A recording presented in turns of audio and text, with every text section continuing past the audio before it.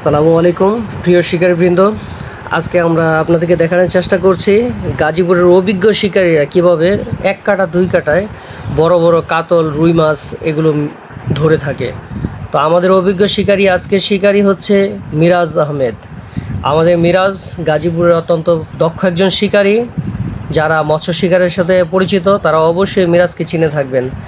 আমাদের গাজীপুরের লাড্ডুর প্রচলন খুবই কম। আমাদের প্রত্যেকটা পুকুরেই বেশিরভাগই দুই কাটা এক কাটায় খেলা চলে। এই প্রতিযোগিতায় আমাদের এই দক্ষ শিকারীরা দুই কাটা এক কাটায় খুবই সুন্দরভাবে টোপ তৈরি করেন।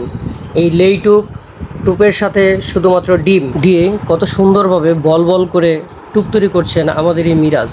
বিশেষ করে গাজীপুরের দিকে বিভিন্ন পুকুরে এই ধরনের টোপ ব্যবহার করে দুই কাটা এক কাটায় খুব ভালো ফলাফল হয়।